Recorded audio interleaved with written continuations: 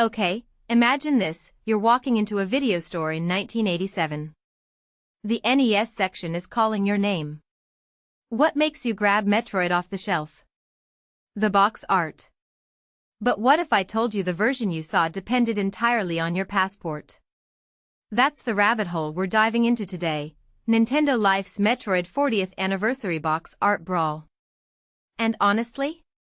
This isn't just about pretty pictures. It's a window into how different cultures visualize gaming's greatest icons. Let me break down why this matters more than you think.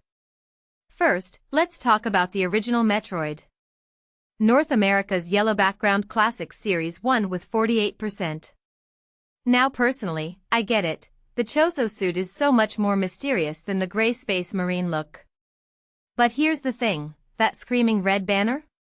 It's like Nintendo panicked and slapped a sale sticker on a masterpiece.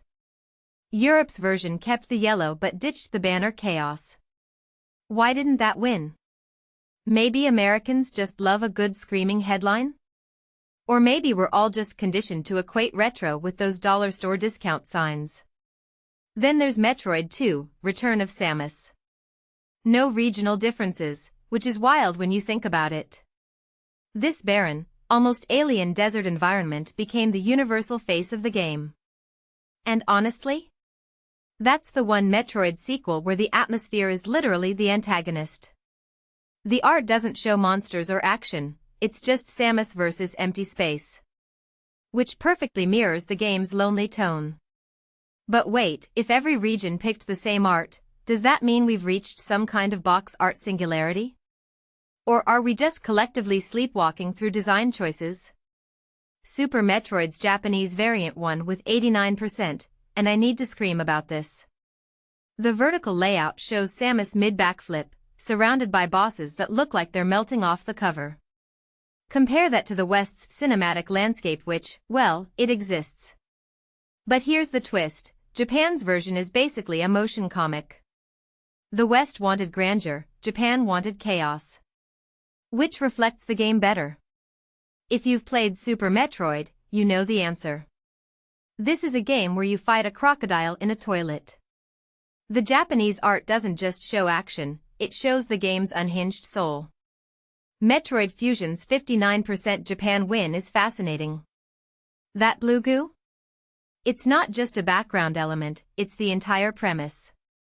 The Fusion suit's design here feels like a techwear ad, surrounded by melting enemies. North America's version had a sterile white background that looks like it belongs on a medical textbook. Europe tried to split the difference with darker tones. But what does this 18% gap tell us? Maybe Western audiences subconsciously associate sci-fi with cleanliness, while Japan embraces the grotesque beauty of biomechanics. Or maybe Nintendo of America was still terrified of selling a game with visible blood in 2002. And then there's Dread, the only one with identical global art. Red, black, EMI looming like a nightmare. Simple logo, maximum intimidation. But here's the deeper question, since this was the first new 2D Metroid in 19 years, did Nintendo play it safe design-wise because they didn't want to alienate new players? Or was this the only concept that could satisfy 3 continents worth of focus groups? The irony is that Dread's minimalist approach might be the most Western design in the entire lineup. Even though Japan didn't get a vote here, their preference for complexity seems completely inverted. So what's the bigger picture? These box arts aren't just packaging, they're cultural fingerprints. Japan leans into dynamic chaos, the West prefers controlled heroism, and Europe? Europe's just out here being Europe with their weird color swaps. But the real takeaway? The more iconic a game becomes, the less its box art matters.